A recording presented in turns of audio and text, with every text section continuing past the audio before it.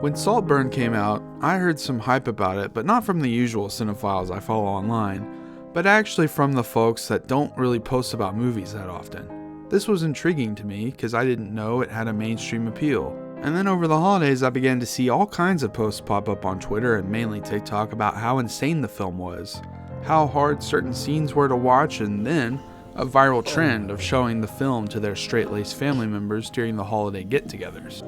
Do you watch this? My God, how'd you fuck it all too? Why, what's he doing? Well, you know what he's doing without me fucking telling ya.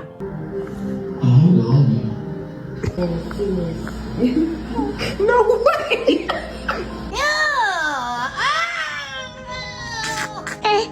Oh, he's slurping the fucking hole.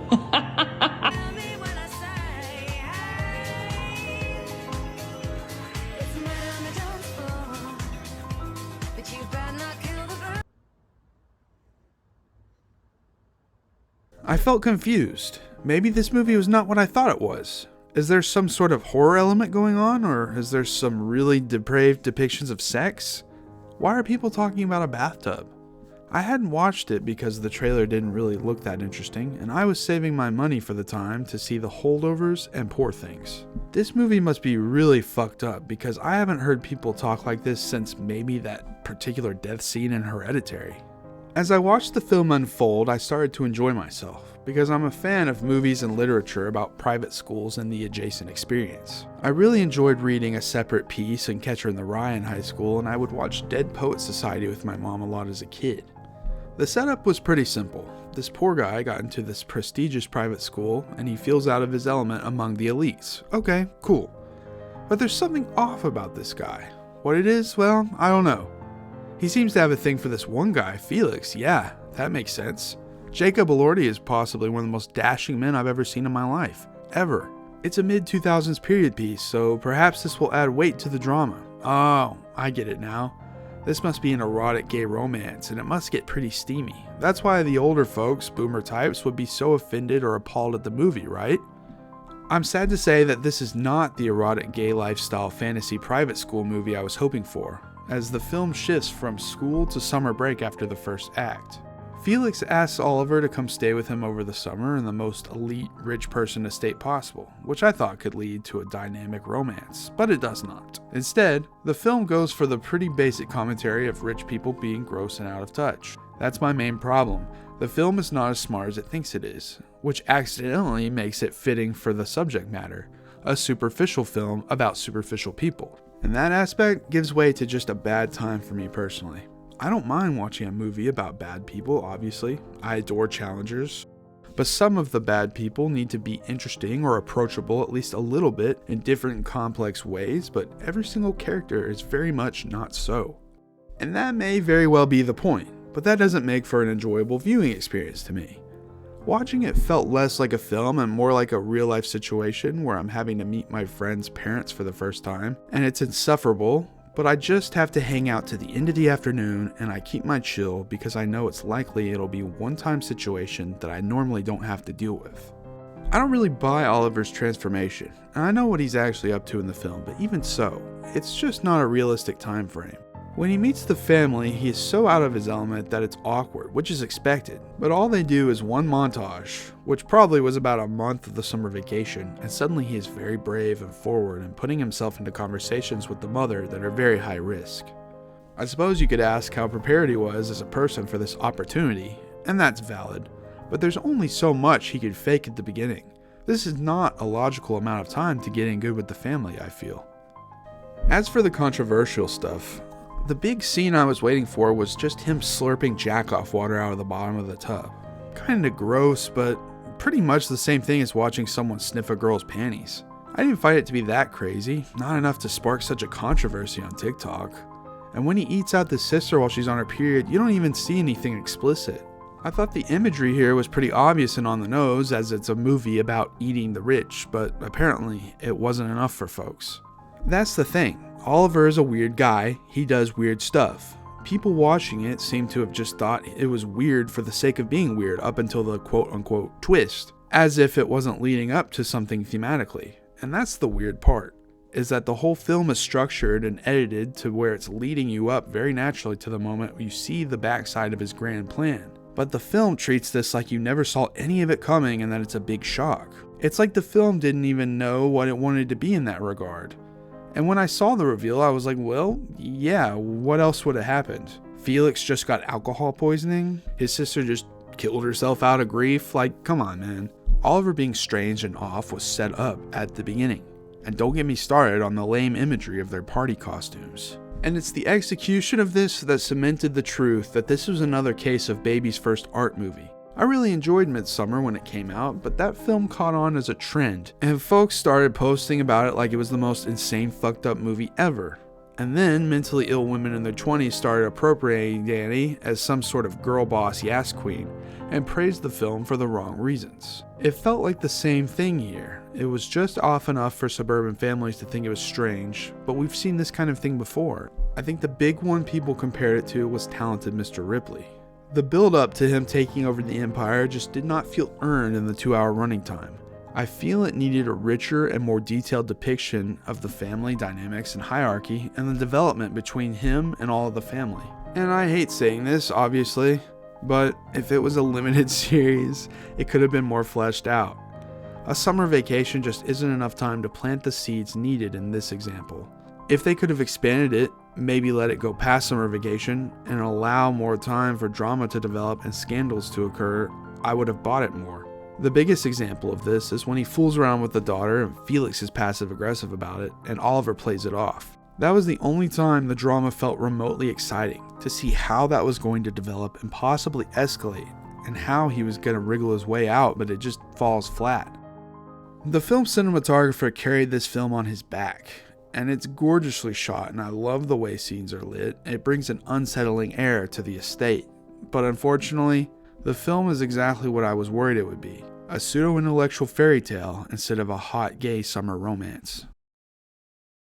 Released in theaters in November 2023, Emerald Fennell's Saltburn immediately garnered a strong reaction from movie audiences.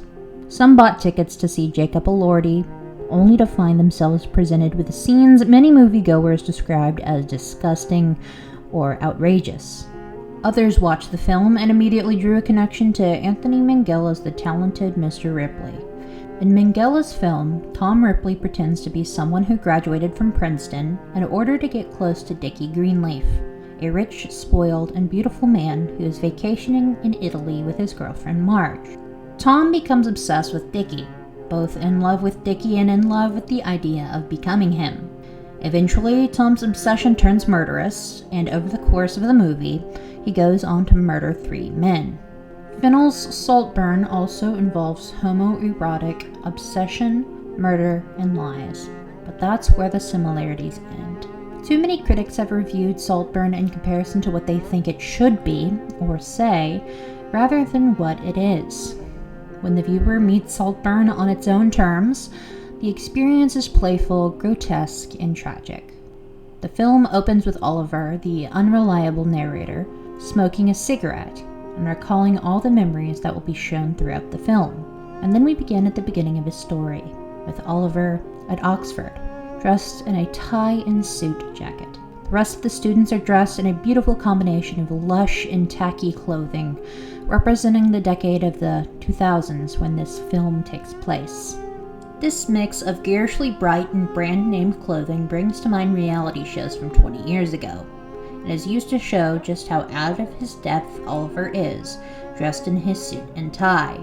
Oliver immediately gravitates toward Felix Catton, the wealthy son of a man with a title and a former supermodel. Felix has his own gravitational pull, and Oliver can't help but be pulled into his orbit.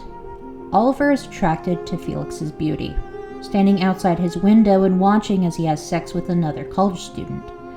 Oliver is also attracted to Felix's social standing in life as he realizes if he doesn't hitch himself to someone, he'll be stuck with the strange and socially awkward Michael Gavey, a self-professed math genius. While lurking around campus, Oliver overhears Felix's friend tell him that Oliver is creepy and just a boy on a scholarship, cementing Oliver as an outsider, someone underneath them in the social hierarchy.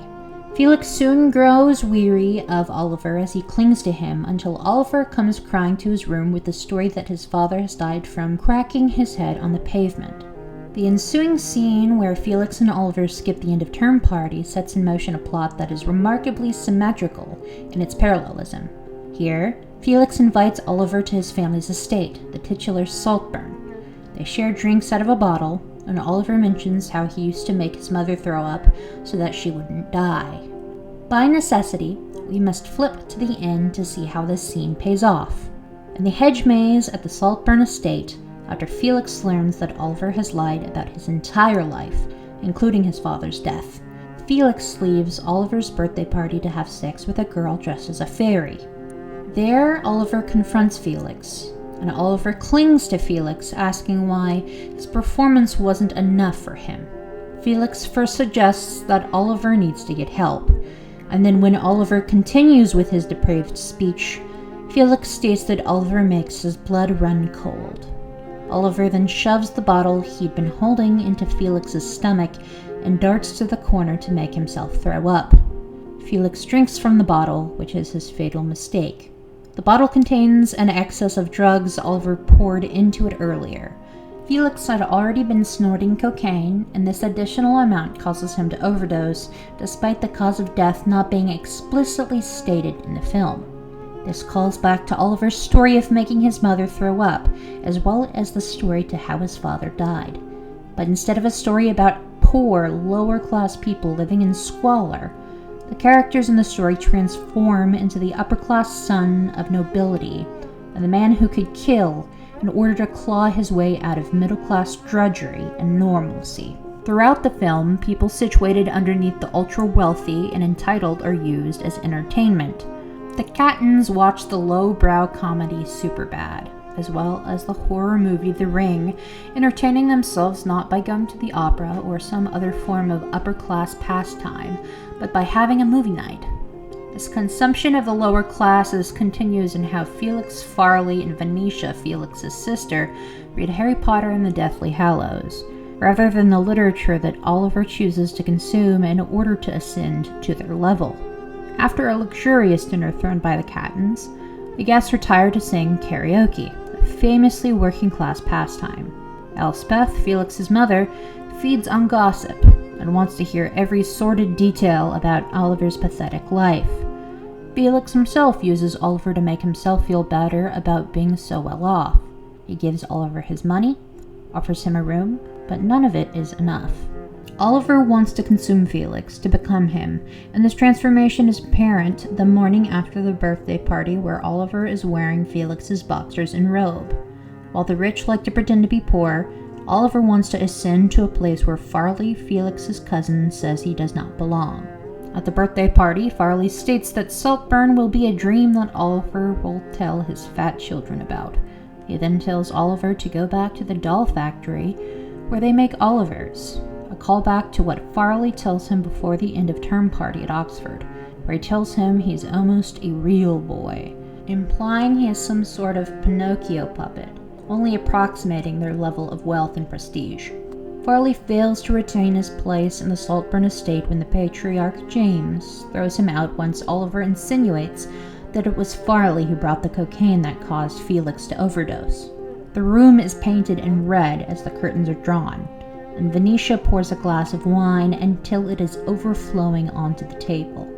This foreshadows Venetia's demise, where we see her dead in a bathtub filled to the brim and overflowing with her blood. The blood and consumption of blood is introduced earlier, where Oliver tells Venetia she needs to eat and keep things on her stomach instead of forcing herself to throw up. Oliver then fingers her while she is on her period and licks the menstrual blood. He tells Venetia that he is a vampire, and then proceeds to go down on her on the stone bench outside his window. Consumption is a recurring theme throughout the film, whether that be the consumption of Oliver's lies by the Cattons, or the consumption of bodily fluids. Venetia herself has an eating disorder, thus situating her relationship to consumption as pathological. Her mother states that she has an insatiable desire for sex, and the movie hints that this might be because the person she truly wants to be with is her brother. While Oliver sleeps with Venetia to grow closer to Felix, Venetia sleeps with Oliver to grow closer to Felix. In the scene where Oliver speaks with Venetia right before her death, she accuses Oliver of wearing Felix's clothes and aftershave. Immediately after this, she desperately kisses Oliver until she pulls away, clearly distressed. Just as Oliver can never be with Felix because of his lies, Venetia can never be with Felix because of their blood relation. Oliver and Venetia use each other for the proximity to Felix, but this proximity is never enough. The use of incestuous overtones is used to evoke Gothic romanticism. This literary and artistic movement and its major figures are mentioned when Farley states that Percy Bysshe Shelley slept with his sister, and Oliver corrects him to say that it was Byron who did this, not Shelley. Venetia then tells the story of Percy's doppelganger, which was an omen foretelling his death. As she tells this story, a doppelganger of Felix in a pink shirt passes the window behind her. The supernatural lurks on the edges of the narrative, with Oliver stating he thought Venetia was a ghost outside his window, as well as her response that everyone will soon go mad because of the full moon. These elements are parts of Gothic literature, and thus Saltburn can be read with that artistic tradition in mind. Oliver's consumption of bodily fluids and eventual metaphorical consumption of the family position him as a vampire or a cannibal, while his costume at his birthday party suggests he is a changeling. He sits atop Farley's chest in one scene and on Elspeth's in another, in a way that evokes the demon sitting on a woman's chest and the 1781 Fuseli painting, The Nightmare. If the connections to the Gothic were not already so clear, there is one piece of literature this film brings to mind. Edgar Allan Poe's The Fall of the House of Usher details how an old and wealthy family has dwindled down to 2 surviving members, and the ancient decrepit house they inhabit. The brother, believing his sister to be dead, buries her alive in a tomb. The sister then murders the brother, and the very mansion they live in falls to the ground. While this story was written in 1840, 166 years before the events of Saltburn take place, the idea of decadence and death permeate both stories. After Felix's death, the family eats lunch, and the pie on their plates is cold and looks like dirt from a grave. Later, James Catton dies by suicide, but his death happens much earlier. Once both Felix and Venetia are dead, his noble bloodline is also dead. There is no one to continue the legacy, no one to inherit Saltburn except for his disgraced sister and nephew. While some critics have tried to fault Saltburn as a condemnation of the middle class, this analysis rings false in that Oliver himself is a unique monster. He disguises himself from situation to situation, dressing as his father does with glasses and checkered shirts until he needs to fit a different role. He didn't have friends growing up, and he lies to his parents about his accomplishments. At all times, he is on the verge of being found out for his lies, and despite this, he succeeds. He leaves the Saltburn estate, presumably with a large check from James, and later, after James's death, Oliver reunites with Elspeth, charming her and eventually having her sign him into her will. Oliver watches this signing of documents through the cracked door, much like how he watched Felix masturbate in the bathtub, and in the end, Oliver parades around the estate naked after he kills Elspeth, not having to pretend anymore. The route he takes through the rooms is similar to how Felix introduces the house to him. So, through the cinematography of the film, Oliver has become Felix. In the final shot of the film, we see the 4 stones representing the Catton family. These stones should be at the bottom of a river, but Oliver has fished them out, desecrating their tradition and hoarding what's left of the Catton family like corpses on display.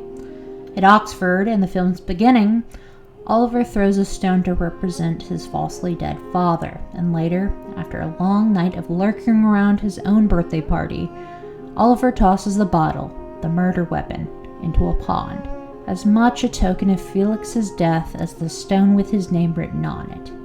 In the end, Oliver may own Saltburn, but that Catton legacy and family are no longer alive. What Oliver has left can be represented by James Palissy plates.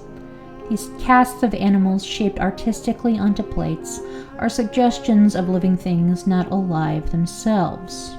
Additionally, the plates are not to be eaten off of, they are only for display.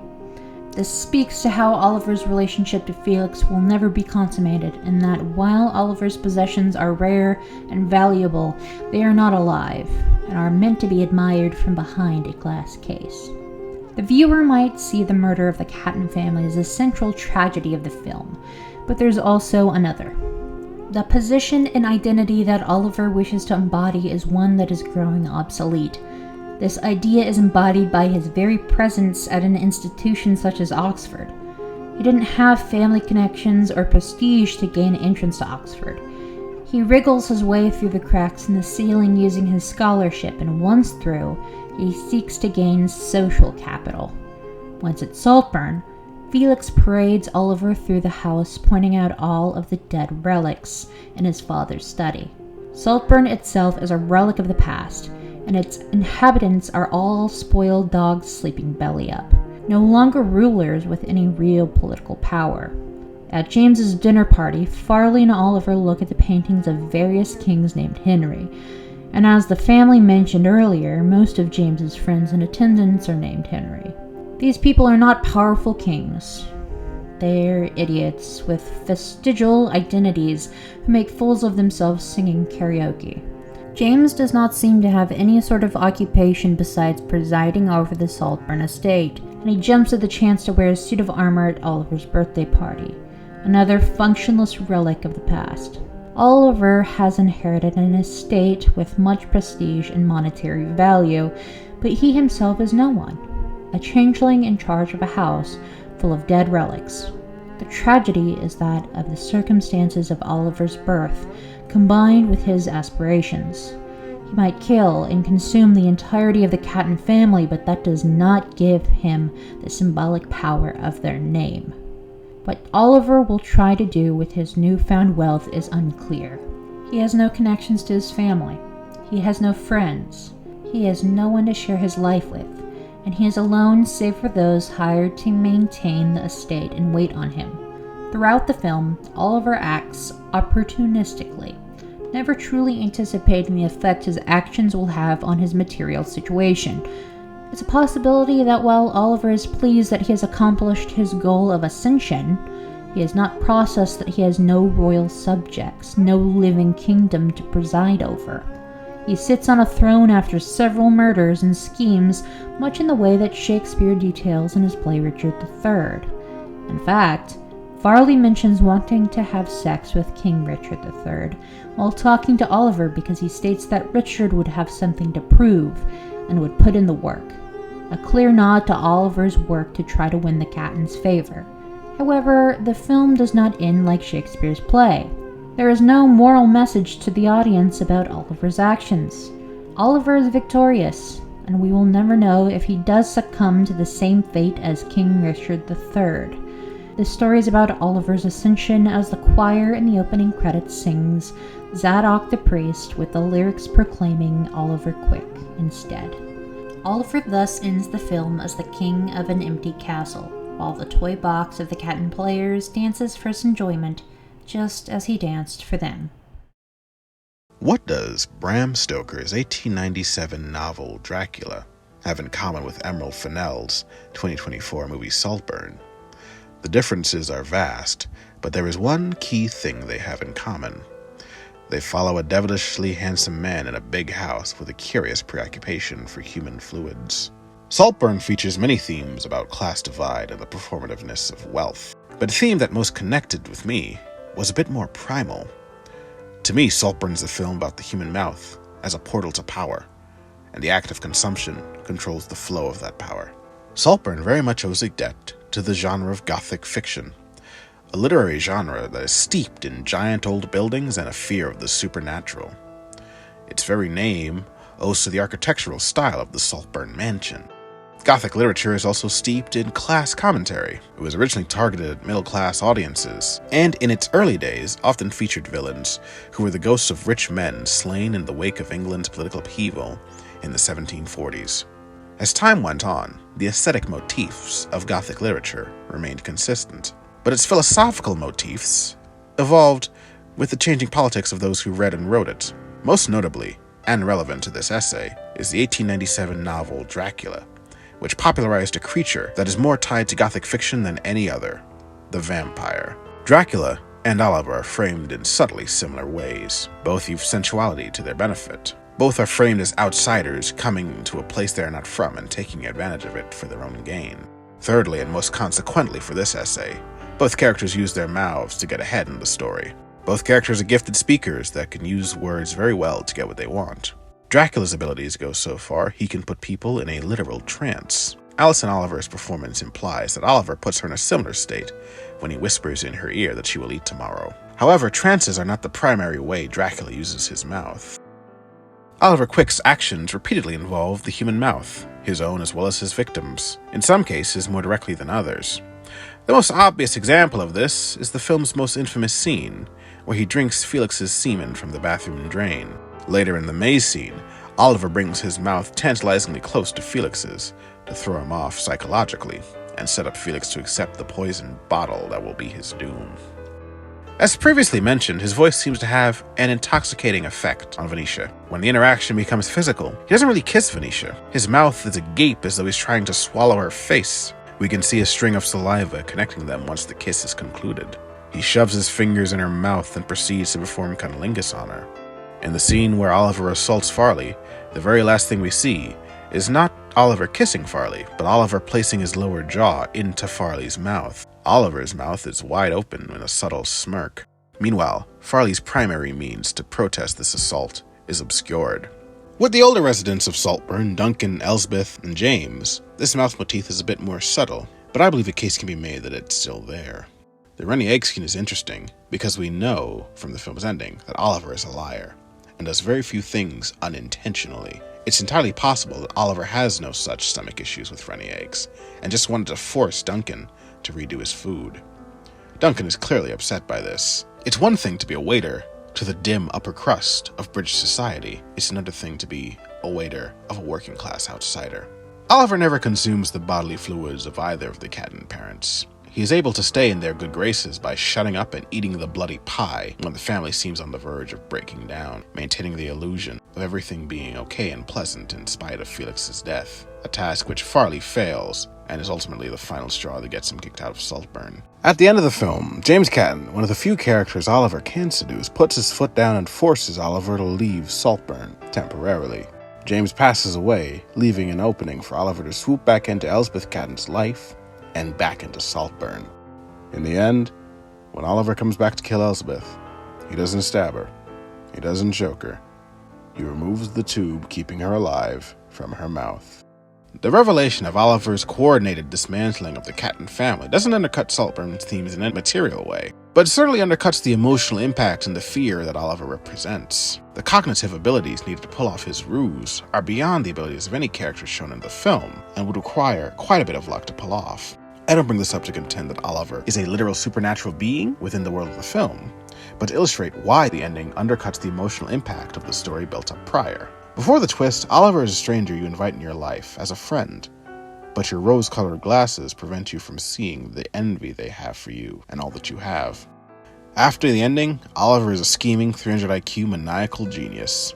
The former is a predator you could very well meet in real life. The latter is a predator that mainly exists in the pages of books and the celluloid of film.